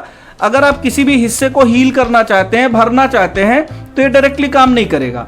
क्या कह रहा है कि आपको ऑल्ट बटन प्रेस करके क्लिक करना है, सोर्स को, कहाँ की स्किन कहाँ पे लगानी है ये बताना। जैसे अज्यूम करके चलते हैं, मेरी ये वाली स्किन सही लग रही है तो मैं इस स्किन को भरना चाहता हूं यहां पर, तो इस स्किन पे ऑल्ट के साथ रखिए, क्लिक कर दीजिए, ये स्किन कॉपी हो गई। अब आपको जहां पे भी हील करना है वो स्किन वहां पे आ जाएगी। यहां पे भरना है, यहां पे क्लिक करिए, देखिए वहां पे जहां पे हमने ऑल्ट क्लिक किया था वहां पे एक प्लस सिंबल आ रहा होगा, जहां से स्किन उठाकर आपको यहां पे पास करा जा रहा है इस तरीके से। तो आप अपनी स्किन्स को प्रॉपरली देख सकते हैं कि अगर कहीं पे आपको स्किन में लग रहा है कि रेडनेस ज़्यादा आ गई है, तो आपको जो भी स्किन आपको चाहिए वो स्किन पे क्लिक करके सही से रख लीजिए और बाकी स्किन्स पर उसे हील कर दीजिए। तीसरा टूल हमारा है पैच टूल। एग्जाम्पल लेते हैं पैच टूल का क्या काम करेगा। तो यहाँ पे आते हैं, तीसरा टूल है पैच टूल। पैच टूल से हम क्या कर सकते हैं, पैचिंग कर सकते हैं, भर सकते हैं। इससे भी एग्जाम्पल ले लेते हैं, जैसे कि मैं ये वाले हिस्से को पैच करना चाहता हूं, तो मैं लेफ्ट होल्ड करके पहले अपना सिलेक्शन तैयार करूंगा। अब जैसे ही सिलेक्शन आपका तैयार हो जाएगा तो आपको उसी पैच पे लेफ्ट होल्ड करके जहां पे भी लेके जाएंगे, जैसे ये स्किन सही है तो इस स्किन पे क्लिक कर दिया, तो ये स्किन इस जगह पे पैच कर दिया, यानी भर दिया उसे। कहीं और पे दिखा देता हूं, थोड़ा इजी है। जैसे ये वाला हिस्सा उठाया, इसे पैच करना है तो लेफ्ट होल्ड करके मैंने मूव किया इस तरफ, तो आप देखिए ये वाली स्किन यहाँ पे आ गई। इसी तरीके से आपको ये हिस्सा पैच करना है, आप इसे सेलेक्ट करिए, कौन सी स्किन से पैच करना चाहते हैं, लेफ्ट होल्ड करके वहाँ पे लेके जाइए सिलेक्शन, वहाँ पे वो हिस्सा पैच हो जाएगा। दोबारा देखिए, मैंने ये सिलेक्शन किया, मुझे ये पैच करना है, मैंने इसे लेफ्ट होल्ड करके यहाँ पे लेके आया तो ये हिस्सा पैच हो गया। तो पैच टूल से आप इस तरीके से सिलेक्शन कर सकते हैं और सिलेक्टेड पार्ट को उस जगह पे ले जाइए जिस हिस्से से आप उस सिलेक्टेड पार्ट को पैच करना चाहते हैं, भरना चाहते हैं। इसका एक रियल एग्जांपल और देते हैं। इसी इमेज के अंदर ही कोई इमेज ऐसा देखते हैं जिसमें हम पैचिंग का अच्छे से इस्तेमाल कर सकें। यहाँ पे आते हैं इस इमेज पे। अगर इस इमेज को आप ध्यान से देखेंगे तो इसमें हम पैच का अच्छे से इस्तेमाल करा सकते हैं। फॉर एग्जांपल आप यहाँ पे देखेंगे तो इसके माथे पे यहाँ पे एक बिंदिया है, हम चाहते हैं कि ये ना रहे, इसे पैच करना है उसकी स्किन से। तो हम क्या करेंगे, इस हिस्से को थोड़ा सा कंट्रोल के साथ प्लस दबाते जाएंगे तो वो बड़ा होता है, और कंट्रोल माइनस करेंगे तो इमेज छोटा साइज का होगा। तो आपको इसे पहले सेलेक्ट करना है जितना पैच करना है आपको, जैसे हमने ये सेलेक्ट किया। अब इस हिस्से को किसके साथ पैच करना है, इस स्किन के साथ। तो यहाँ से पैच करने वाली जगह को उठाओ और स्किन पे ले जाके रख दो। कंट्रोल डी के साथ इसको सिलेक्शन को डी सेलेक्ट करो, कंट्रोल माइनस करके देखो, वहां पे आपको पैच किया हुआ हिस्सा पता नहीं चलेगा। एक और हिस्सा देखते हैं। इस इमेज पे आप नीचे देखेंगे तो टेक्स्ट लिखा हुआ है। मैं चाहता हूं कि ये टेक्स्ट का पार्ट जो कॉपीराइट के लिए यूज किया जाता है वो हटाना है, कॉपीराइट वाला पार्ट हटाना है। तो सबसे पहले हमें जिसे हटाना है उसको सेलेक्ट करेंगे। देखिए यहाँ पे मैं एक एक करके आराम से आपको बता रहा हूं। यहाँ पे आपको सिलेक्शन करना है इस तरीके से, और इस हिस्से को उस जगह पे ले जाइए जहां से आप उसे पैच करना चाहते हैं। जैसे ये वाला जो कपड़ा है यहाँ पे तो कुछ नहीं लिखा, तो ये वाला यहाँ पे रिप्लेस हो जाएगा। इसी तरीके से हमने थोड़ा सा और सिलेक्शन क्रिएट किया, इसे यहाँ पे ले जाके रख दिए। आगे बढ़ा देते हैं, यहाँ पे फिर से सिलेक्शन क्रिएट करेंगे। अब यहाँ पे थोड़ा सा देखिए लाइट नहीं डार्क है, तो आपको उसी हिस्से को कवर करना है कि जो कपड़े का कलर है वो चेंज ना हो, लाइट नहीं देना है, वरना वो फिर पता चलेगा कि आपने इसका एडिटिंग किया हुआ है। लेकिन जो हिस्सा जहाँ पे है वैसे ही रखेंगे तो ये पता नहीं चलेगा कि इसमें से जो कॉपीराइट का था हिस्सा वो हटाया गया है। मैं इस वाले हिस्से को बाहर से कनेक्ट कर देता हूँ ऐसे। अब आप कंट्रोल के साथ माइनस करके देखिए तो आपका टेक्स्ट भी रिमूव हो गया और यहाँ पे जो एक बिंदी थी वो भी हमने रिमूव कर दिया। तो पैच टूल से इस तरीके से आप काम कर सकते हैं और ये काफ़ी जगहों पे अच्छे से इस्तेमाल भी किया जाता है। नेक्स्ट टूल हमारा है क्लोन। क्लोन कैसे करते हैं उसे भी समझते हैं। इसके लिए हम कोई एक इमेज ले लेते हैं, जैसे मैंने ये इमेज लिया। अब इस इमेज का मुझे क्लोन करना है, तो क्लोन करने के लिए हम यहाँ पे आएंगे और क्लोन वर्ड को समझ लेते हैं। इसका पूरा नाम है clone stamp. Clone stamp tool. तो क्लोन स्टैम्प क्या करेगा, सपोज इसी इमेज का डुप्लीकेट आपको बनाना है, तो एक हिस्सा तो ये हो सकता है इस इमेज को पूरा अच्छे से सेलेक्ट करें, इसकी कॉपी बनाएं, पेस्ट कर दें, दूसरा इमेज बन जाएगा। लेकिन मैं चाहता हूं कि इसी इमेज का कॉपी ना क्लोन सिस्टम से ही कर देते हैं। कैसे, चलिए आते हैं। यहाँ पे क्लोन पे आप माउस रखिए, उसके बाद ऑल्ट बटन दबा के यहाँ पे क्लिक कर दीजिए जिसको क्लोन करना। मुझे इसी को क्लोन करना है, मैंने ऑल्ट के साथ क्लिक कर दिया। अब ये जो हम क्लोन करेंगे उसे कहाँ रखना चाहते हैं, तो मैंने यहाँ पे अपना सिलेक्शन बढ़ाया। देखिए अब यहाँ पे ध्यान से देखिए, क्लोनिंग हो रही है, ये देखिए राइट। इसी तरीके से एक और इमेज इसके राइट साइड में रखना चाहता हूं, तो यहाँ पे मैंने ऑल्ट के साथ क्लिक कर दिया। यहाँ पे एक क्लोन रखना चाहता हूं, तो यहाँ पे मैं एक क्लोन बना देता हूं इमेज का। ये देखिए, एक क्लोन वहां हो गया, एक क्लोन यहाँ पे हो गया। आप चाहें तो कुछ इस तरीके से इस क्लोन को अच्छे से डिजाइन कर सकते हैं, इस तरीके से। तो एक ही इमेज के हमने 3 अलग अलग इमेजेस क्रिएट किए। ये इमेज में बहुत सारी जगह तो नहीं थी, लेकिन अगर आपके पास कोई ऐसा इमेज है जिस पे आप क्लोनिंग करना चाहते हैं, जैसे कि यहाँ पे देखिए लेफ्ट साइड में भी स्पेस है और राइट साइड में भी प्रॉपर स्पेस है, तब आप यहाँ पे क्लोन का इस्तेमाल अच्छे से और कर सकते हैं। ऑल्ट के साथ क्लिक करिए इमेज पे, और जहाँ पे क्लोनिंग करनी है वहाँ पे आप अपना माउस इस तरीके से ड्रैग करिए, जैसा कि यहाँ पे क्लोन होता हुआ आपको दिखाई दे रहा होगा। ये देखिए, राइट। इसी तरीके से एक राइट साइड में क्लोन कर लेते हैं, थोड़ी सी जगह छोड़ के क्लोन करूँगा यहाँ पे इस तरीके से, ताकि इमेज का रिफ्लेक्शन ज़्यादा पता ना चले कि क्लोन में कैसे किया गया है, या फिर उसमें बॉर्डर ना मिले। ठीक है, तो इस तरीके से आप क्लोन का इस्तेमाल करके किसी फोटो की क्लोनिंग यानी कि उसका डुप्लीकेट या कॉपी बना सकते हैं। अगले हिस्से पे हमारा जो नेक्स्ट टूल है, उस टूल में हम क्या करने वाले हैं उसे भी देख लेते हैं। इमेज को यहाँ पे थोड़ा रख लेते हैं। अगले टूल में आप देखेंगे पैटर्न स्टैम्प। तो यहाँ पे बहुत सारे पैटर्न बने होते हैं। इन पैटर्न्स को अगर कहीं बैकग्राउंड पे या इमेज पे लगाना है तो लगा सकते हैं। इसमें जितने भी पैटर्न्स हैं ये सारे बाय डिफ़ॉल्ट नहीं आते हैं। अगर आपके पास पैटर्न ऐड करना है तो यहाँ पे देखिए कॉर्नर पे क्लिक करिए, यहाँ पे आपको मिलेगा लोड पैटर्न, यहाँ पे आपको क्लिक करना है और यहाँ पे ऑल पे क्लिक कर देना, या एक एक करके सारे पैटर्न ले सकते हैं। आपको मान लो टेक्सचर पैटर्न चाहिए तो ये ले लो, रॉक पैटर्न चाहिए तो ये ले लो, नेचर पैटर्न चाहिए तो ये वाला। ये आपको सॉफ्टवेयर ही प्रोवाइड करता है। इसके अलावा आप इंटरनेट से डाउनलोड करके भी रख सकते हैं पैटर्न्स, बस आपको वो CDR फाइल में डाउनलोड करके रखना है। तो हमने यहाँ पे ले लिया आर्टिस्टिक सरफेस। मैंने ऑलरेडी जितने भी इसके अंदर हैं सारे इस्तेमाल किए हुए हैं, तो मैं इसमें से कोई भी एक ले लेता हूँ। जैसे मैंने लिया ये। अब ये क्या करेगा, माउस पॉइंटर को थोड़ा बड़ा करने के लिए जो कर्ली ब्रैकेट होता है उसको आप राइट साइड वाला क्लिक करते जाइए तो ये बड़ा हो जाएगा। अब देखिए यहाँ पे हमने क्या किया, पैटर्न क्रिएट कर रहे हैं। ये देखिए, आप पॉइंटर को उतना ही रखिए जितना आपकी नीड है। ये देखिए, इसी तरीके से हम इस हिस्से का भी बैकग्राउंड चेंज कर सकते हैं उसी पैटर्न से। ये और छोटा करिए ताकि जहां पे आपको अच्छे से सेट करना है उस हिस्से को भी आप कवर कर सकें। जैसे ये देखिए, इस तरीके से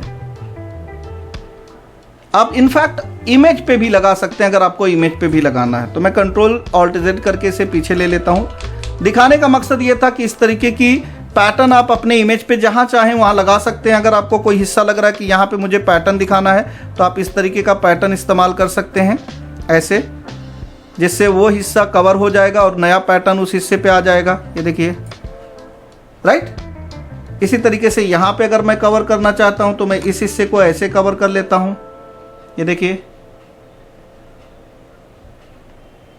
इस तरीके से तो एक नया पैटर्न आपको यहाँ पे बना हुआ दिखाई देगा। ठीक है, छोटा करके दिखाता हूं जिससे आपको ये इमेज में फर्क दिखाई देगा। दूसरा हिस्सा इसका ये है कि अगर हम कोई भी इमेज लेते हैं और इस इमेज में ब्रश का इस्तेमाल करते हैं। ब्रश में अगर आप देखेंगे तो आपके पास 3 टाइप के ब्रश होते हैं, जिसमें पहला ब्रश है, दूसरा पेंसिल ब्रश है और तीसरा कलर रिप्लेसमेंट है। यहाँ पे ब्रश में 3 टाइप दिया हुआ, तो आपको यहाँ पे ध्यान रखना है कि ये जो 3 टाइप दिए हुए हैं इसमें पहला वाला हिस्सा आपके इमेज पे ब्रशिंग करने के काम में आता है। कोई बैकग्राउंड का कलर वगैरह देना है, इस तरीके से कलर यहाँ से बदल सकते हैं। एज्यूम करो हम ये लेते हैं, अब अगर हम ड्रॉ करेंगे तो वो कलर यहाँ पे एप्लीकेबल होगा इस तरीके से। अगर आप पेंसिल टूल लेते हैं तो ये पतला होगा, थोड़ा सा पेंसिल की तरह चलेगा। आप इसकी ओपेसिटी और साइज को यहाँ से कम ज़्यादा कर सकते हैं, जैसे मैंने कम किया तो अब देखिए ब्रश कैसा चल रहा है हमारा, पेंसिल की तरह। कलर अपने हिसाब से आप रिप्लेस कर सकते हैं, जो भी आपको कलर चाहिए वो कलर चूज कर सकते हैं और फिर यहाँ पे उस पेंसिल का इस्तेमाल कर सकते हैं। तीसरा हमारा टूल है, उसे कहते हैं कलर रिप्लेसमेंट। यहाँ नीचे देखिए कलर रिप्लेसमेंट। इससे क्या होगा, जिस भी ऑब्जेक्ट के ऊपर ये ब्रश चलाएंगे उसके ऊपर एक नया कलर ऐड होता हुआ दिखाई देगा, जैसा कि यहाँ पे आपको होता हुआ दिखाई दे रहा होगा। यहाँ पे ऑब्जेक्ट खत्म नहीं होता है, यानी ऑब्जेक्ट के ऊपर ही ट्रांसपेरेंट करता है। लेकिन अगर हम ब्रश टूल का इस्तेमाल करते हैं, जैसे कि यहाँ पे मैं ब्रश टूल लेके दिखाता हूँ आपको, तो आप देखेंगे कि ब्रश टूल ऑब्जेक्ट के ऊपर आता है। जैसे यहाँ पे देखिए मैं ईयर पे लेता हूँ तो देखिए ईयर गायब हो गया। लेकिन यहीं पे अगर मैं कलर रिप्लेसमेंट लेता हूँ उसकी नोज पर, तो आप देखेंगे उसका नोज अभी भी अवेलेबल है। या फिर चेहरे पे लेके दिखाता हूँ तो चेहरा गायब नहीं हो रहा, यानी ऑब्जेक्ट के ऊपर नहीं बल्कि ऑब्जेक्ट को वो क्या करता है, ट्रांसपेरेंट कलर दे देता है। ऑब्जेक्ट नीचे रहता है, उसके ऊपर एक नया कलर ऐड कर देता है। ये है कलर रिप्लेसमेंट का कमाल। तो कभी भी आपको ऐसा कोई काम करना है जिसमें आपको पुराने ऑब्जेक्ट पे नया कलर डालना है, तो आप बिल्कुल कलर रिप्लेसमेंट का इस्तेमाल करके इसे इस्तेमाल कर सकते हैं। अब इसे हटाने का तरीका क्या है? एक तरीका यह है कि इसके नीचे ये टूल दिया गया है जिसका नाम है हिस्ट्री ब्रश टूल। ये हिस्ट्री ब्रश टूल क्या करता है, जितने भी ब्रशिंग से रिलेटेड ऑब्जेक्ट यहाँ पे ऑब्जेक्ट के ऊपर आपने लगाया हुआ है उन सबको हटाने के काम में आता है। जैसे यहाँ पे मैंने हिस्ट्री ब्रश टूल लिया, अब जो जो टूल्स मैंने यूज किया था उन सबको हटा दे रहा होगा, ये रिमूव करता है इस तरीके से। ये देखिए, राइट। तो जो भी आप ब्रश इस्तेमाल करते हैं और उस ब्रश को अगर हटाना है तो आपके पास हिस्ट्री ब्रश टूल है। इसके अलावा एक और टूल है, इसे कहते हैं आर्ट हिस्ट्री ब्रश टूल। अब यहाँ पे अपने ब्रश को टाइप लेना है कि भाई हमें ब्रश कौन सा चाहिए। यहाँ पे बहुत सारे ब्रशेस हैं, इनमें से कोई भी ब्रश आप चूज कर सकते हैं। जैसे मैं ये ब्रश ले रहा हूँ और इस ब्रश की साइज मैं तय कर सकता हूँ कि मेरा ब्रश किस साइज का रहेगा। यहाँ से थोड़ा सा हम कलर सेक्शन पे भी काम कर लेते हैं कुछ इस तरीके से। अब यहाँ पे हम अगर उस ब्रश का इस्तेमाल करना चाहते हैं तो बिल्कुल कर सकते हैं। जैसे मैंने थोड़ा ब्रश बड़ा रखा और यहाँ पे अगर चेहरे पे लगाएंगे तो देखिए ब्रश आ रहा होगा नया। कलर का सिंबल आप समझ लीजिए कि कलर कैसे काम कर रहा है। यहाँ पे लाइट है, इसको नॉर्मल करके रखेंगे तो कुछ इस तरीके से कलर आ रहा होगा। अगर हम इसे डार्क करेंगे तो कुछ इस तरीके से कलर आएगा डार्क में, और अगर हम इस कलर को लाइट करेंगे तो कुछ इस तरीके से आएगा। और अगर इसका हम ह्यूज एंड सैचुरेशन बढ़ा देते हैं या घटा देते हैं तो कुछ इस तरीके से, और अगर हम इसमें कलर डाल देते हैं तो ये कुछ इस तरीके से हमारा ब्रश होगा। इसके अलावा ओपेसिटी भी आप कम ज़्यादा कर सकते हैं। कितना आपको ओपेसिटी चाहिए, मैं एक ब्रश दूसरे फोटो पे ब्रश लगा के दिखाता हूँ ताकि आपको इजीली दिखाई दे। चलिए ब्रश टूल पे आते हैं फिर से, ये आर्ट हिस्ट्री ब्रश टूल। अब यहाँ पे अगर मैं अपने ब्रश की साइज़ को थोड़ा सा इंक्रीज करता हूँ और इसे कलर में ही रखने देता हूँ और इसका जो ओपेसिटी है उसे 100% रखता हूँ, तो यहाँ पे देखिए मैं थोड़ा जूम करता हूँ इमेज को ताकि आपको सही से दिखाई दे। कलर सेक्शन अगर आप देखेंगे तो मैं इसको कलर में रेड कर देता हूँ फिलहाल के लिए। और अब यहाँ पे मैं ड्रॉ कर रहा हूँ और इसे ले लेते हैं नॉर्मल। ये देखिए दिख रहा आपको। तो इस तरीके से आप ब्रशिंग कर सकते हैं आर्ट हिस्ट्री ब्रश टूल का। नेक्स्ट टूल हमारा आता है बैकग्राउंड इरेजर के लिए। मैं एक टूल ये पहले इमेज पे दिखाता हूँ, फिर दूसरा आपको इमेज लेके दिखाऊंगा ताकि दोनों में आप डिफरेंशिएट कर सकें कि किस तरीके से इरेजर टूल काम आता है। तो इरेजर में आपके पास 3 इरेजर हैं, एक नॉर्मल इरेजर टूल है, और दूसरा है बैकग्राउंड इरेजर, और तीसरा टूल होता है मैजिक इरेजर। इन तीनों टूल में आप देखेंगे डिफरेंसेस हैं थोड़े थोड़े। अगर आप पहला टूल लेते हैं तो यहाँ ध्यान रखिए जो भी कलर होगा उस कलर में ये रिप्लेस करता है। यहाँ देखिए कलर, ये कलर को रिप्लेस करेगा बैकग्राउंड में। अगर आप दूसरा टूल लेते हैं जिस पे लिखा है बैकग्राउंड इरेजर, तो ये क्या करेगा, इसे पिक्सल में दिखाएगा। जैसे मैंने यहाँ पे देखो इसे किया, यहाँ पे किया, तो ये एक एक क्लिक पे आपको इस तरीके से बैकग्राउंड इरेज करता दिखाई देगा। तीसरा टूल जो है वो है एक ही क्लिक में एक हिस्सा, यानी अगर यहाँ पे आप ध्यान से देखेंगे तो ये सारा कलर एक ही है, तो बस मुझे एक क्लिक करना है इस वाले हिस्से पे, मैजिक वाले पे। ये क्या करेगा, उतने हिस्से को एक बार में ही इरेज कर देगा। ये देखिए एक कलर जहां तक रहेगा सबको एक बार में इरेज कर देगा। अब इस मैजिक इरेजर में भी एक छोटी सी प्रॉब्लम है। अगर मैं यहाँ क्लिक करूंगा तो आप देखेंगे इसका शैडो यहाँ तक है, तो ये पूरे फेस तक का हिस्सा कवर कर लेता है कुछ इस तरीके से। तो मैजिक इरेजर भी आप कहाँ यूज करोगे, जहाँ पे आपका बैकग्राउंड एक ही कलर का हो, उसमें ज़्यादा फर्क ना हो। जैसे ये केस में देखिए मैं यहाँ क्लिक किया, तो यहाँ क्लिक किया, यहाँ पे क्लिक किया, फिर से एक बार क्लिक किया, यहाँ क्लिक किया और यहाँ क्लिक किया, तो आप देखिए इसका बैकग्राउंड कितनी आसानी से हमने मैजिक इरेजर टूल से बैकग्राउंड इरेज कर दिया। आप इमेज को कहीं भी मूव करके देख सकते हैं। क्यों? क्योंकि इसका जो इमेज था उसमें कलर हमने एक ही लिया हुआ था, एक से ज्यादा हमने कलर नहीं दिया हुआ था।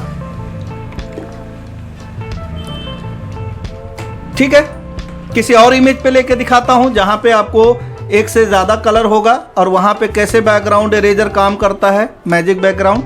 अब इस हिस्से को अगर आप ध्यान से देखेंगे तो इसका बैकग्राउंड आपको लग रहा है कि एक ही कलर का है, बट आप ध्यान से देखें तो यहाँ पे कहीं कहीं पे आपको इस बैकग्राउंड में इस तरीके से ब्लैकनेस या फिर डार्कनेस दिखाई दे रही है।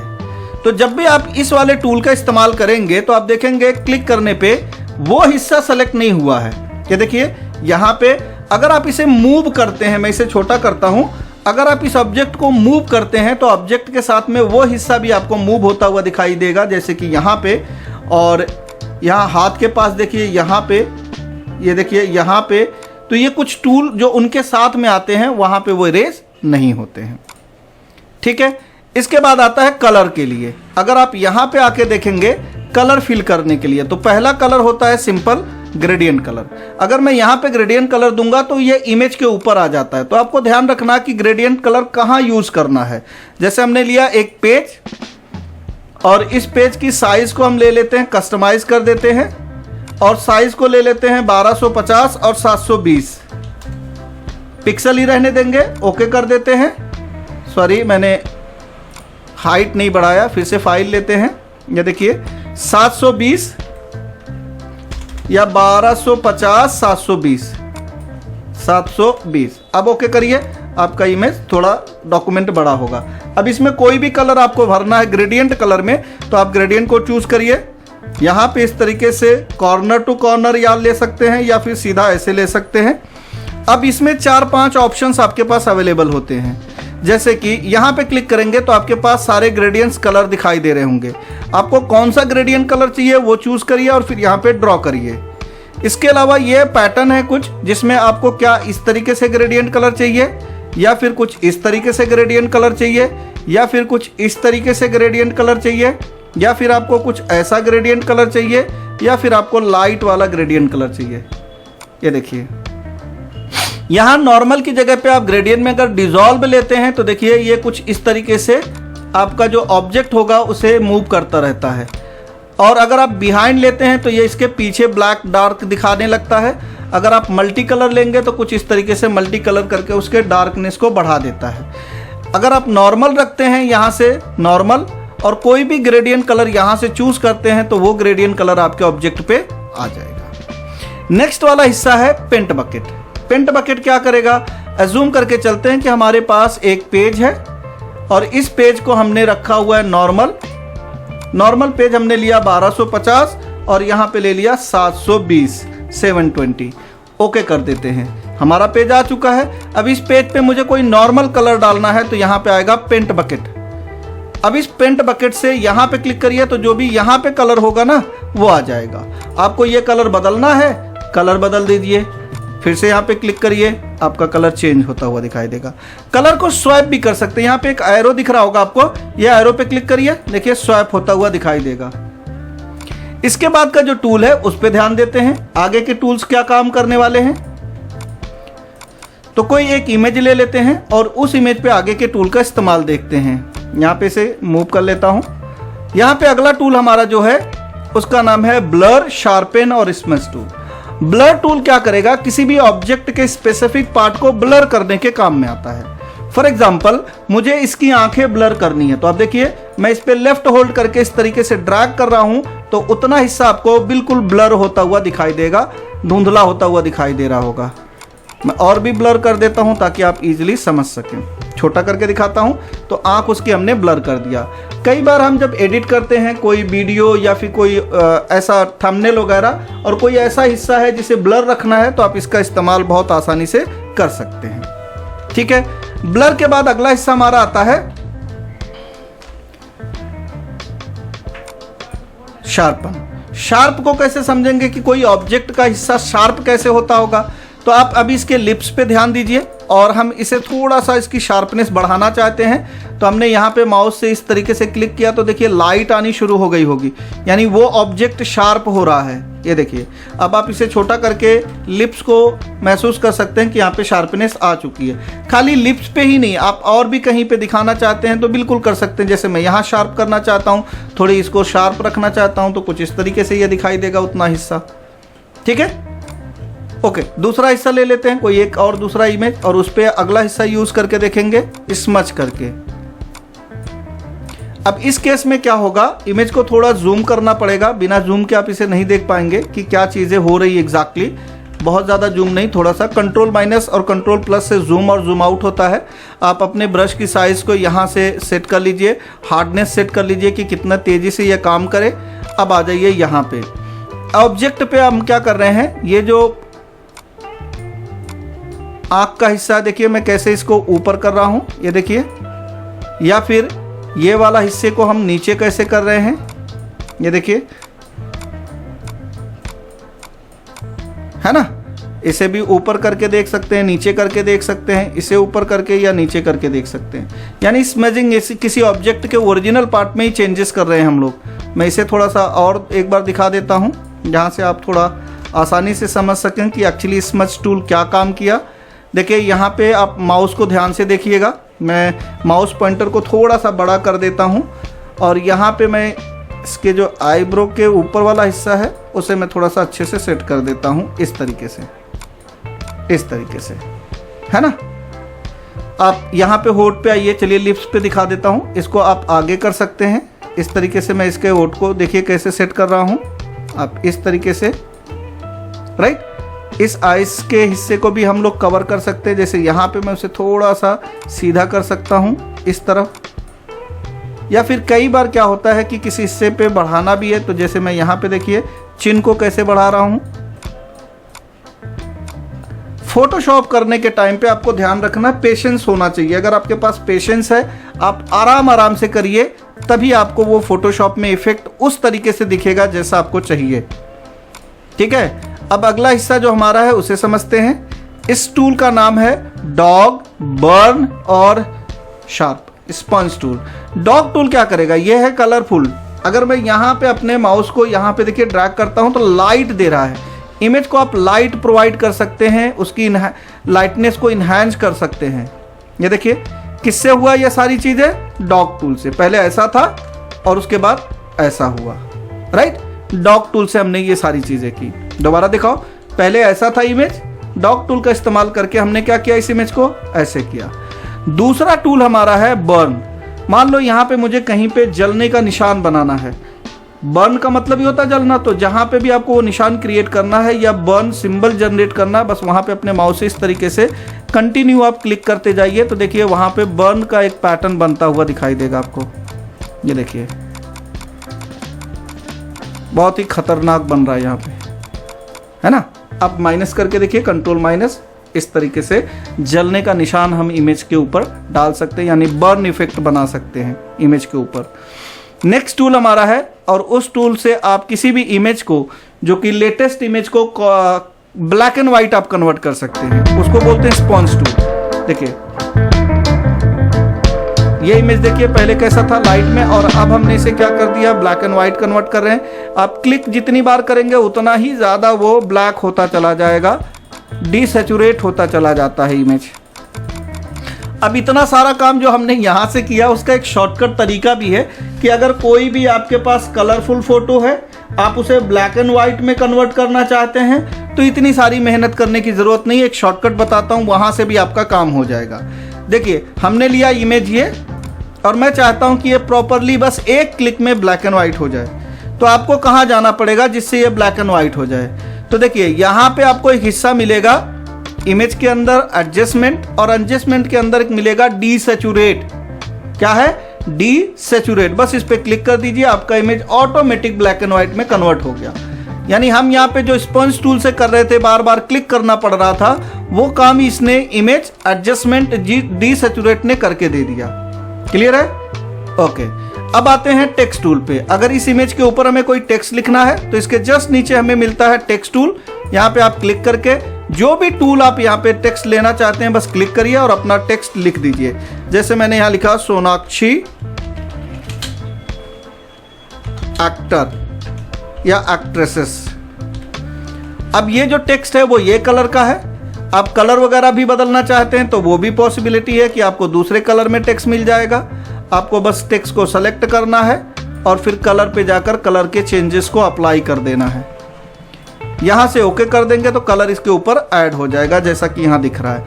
अगर इस टेक्स्ट को छोटा या बड़ा करना है तो आप मूव टूल से पहले तो इसे मूव करना देख लीजिए कि कैसे मूव करते हैं। छोटा बड़ा करना कभी भी किसी भी ऑब्जेक्ट को तो उसे बोलते हैं ट्रांसफॉर्म।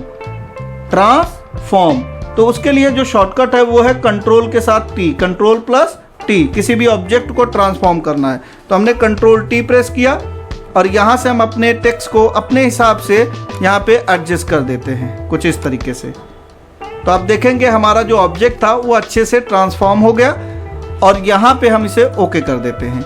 अगर इस टेक्स्ट पे कोई इफेक्ट वगैरह डालना है तब भी पॉसिबल है। वो कैसे करेंगे तो उसके लिए आप लेयर पे जा सकते हैं। लेयर के अंदर एक हिस्सा आपको मिल जाएगा लेयर बेस स्लाइस। यहाँ पे देखिए रीसाइज है, टाइप है, अलग अलग हिस्से यहाँ पे दिए गए हैं। और मैं इसका सबसे सिंपल तरीका बताऊंगा कि आपका जो टेक्स्ट वाला लेयर है उस पर राइट क्लिक करिए, सबसे ऊपर जाएंगे ब्लेंडिंग ऑप्शन और इस ब्लेंडिंग ऑप्शन से आप इस टेक्स्ट में देखिए इफेक्ट डाल के दिखाता हूँ। सबसे पहले मैंने 3D में बदलना है तो मैंने बेवल एंड एम्फेसिस किया तो आप देखिए टेक्स्ट चेंज हो गया। आप ड्रॉप शेडो देना चाहते हैं, कितना इसकी ओपेसिटी रखना चाहते हैं, डिस्टेंस कितना रखना चाहते हैं, स्प्रेड कितना और साइज कितना। देखिए पहले वाले टेक्स्ट में और इसमें कितना फ़र्क आ गया। आप इस पे स्टोक लगाना चाहते हैं तो कोई स्टोक लगा दीजिए। जैसे मैंने आज के डेट में यही सारा बहुत ज़्यादा चल रहा है इस तरीके का टेक्स्ट, ओके कर दीजिए। तो आप देखिए पहले वाले टेक्स्ट में और अब के टेक्स्ट में कितना फ़र्क आ गया। अब जहाँ चाहिए वहाँ पे आप लगा सकते हैं इस तरीके से। ठीक है, सिंपल, इसमें कोई भी इशू नहीं होना चाहिए। इसके बाद का नेक्स्ट जो पार्ट हमारा है उसे भी समझ लेते हैं। इस केस में हम क्या करने वाले हैं, यहाँ पे देखिए टेक्स्ट के नीचे 3 और टाइप दिया गया था। एक है वर्टिकल।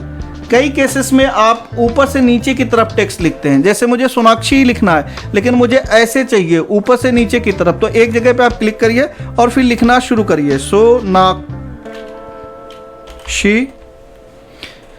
ओके कर दीजिए तो आपका टेक्स्ट वर्टिकल हो जाएगा। आप इसे जहां से चाहिए ऊपर नीचे कर सकते हैं। कंट्रोल टी करके इसकी साइज को भी इंक्रीज या डिक्रीज कर सकते हैं अपने हिसाब से।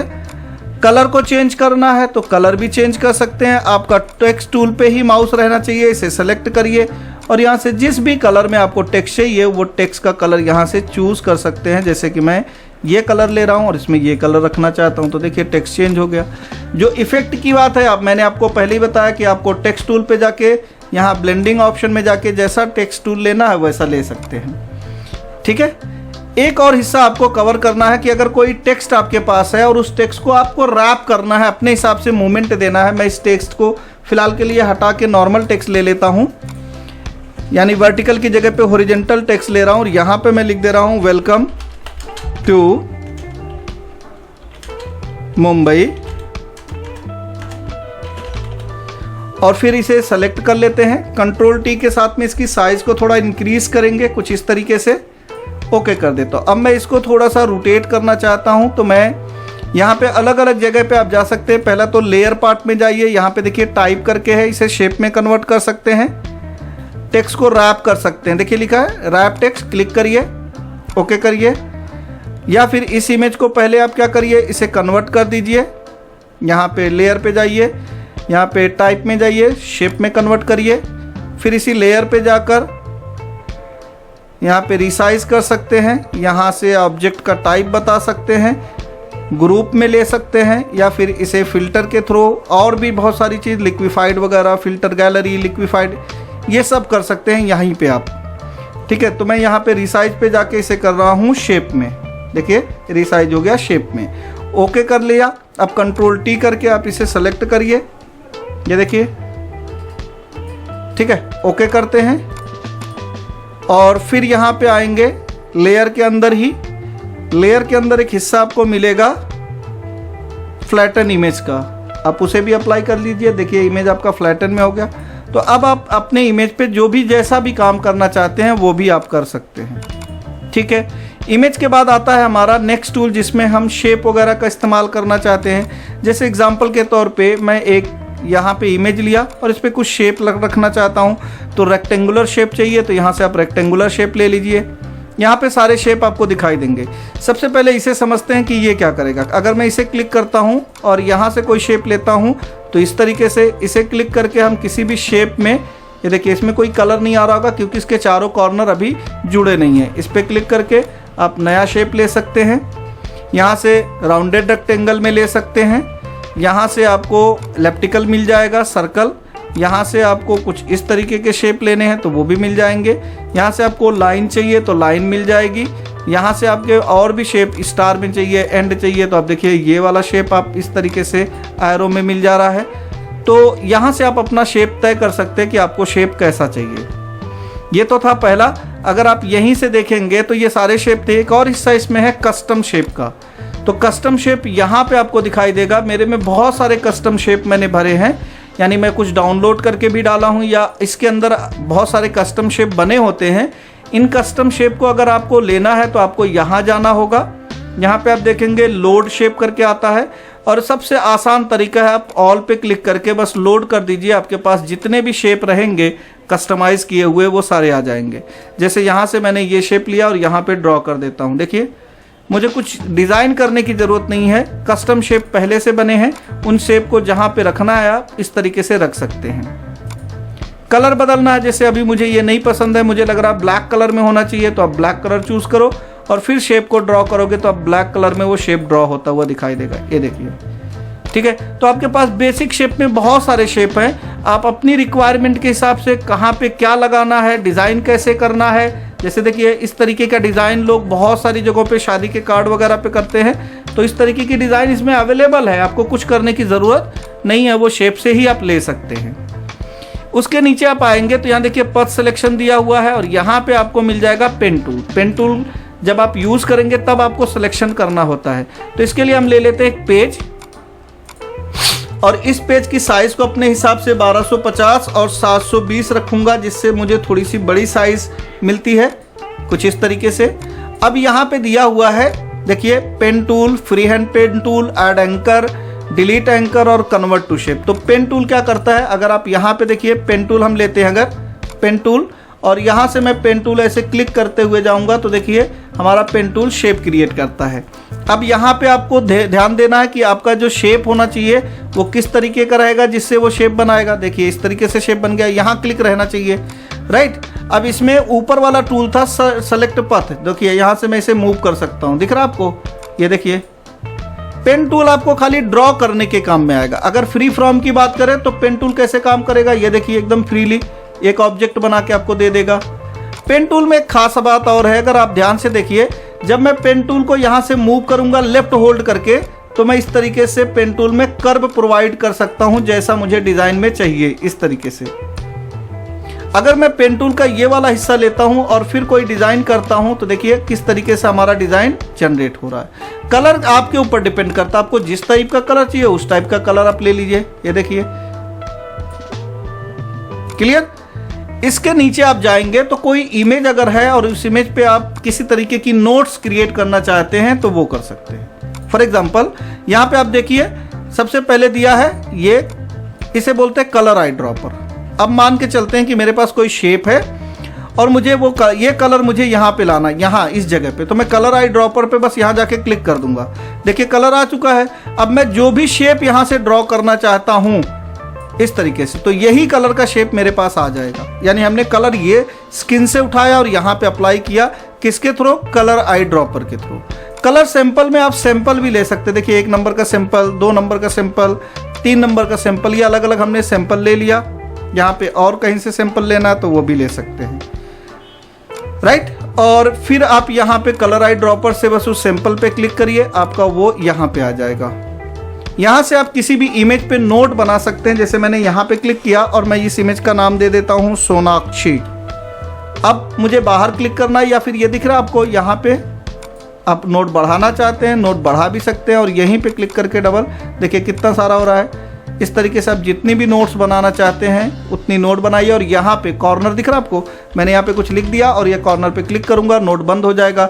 अब कोई जल्दी से पकड़ नहीं पाएगा, लेकिन जैसे ही आप यहाँ पे क्लिक करेंगे इस जगह पे तो उसकी नोट्स ओपन हो जाती है।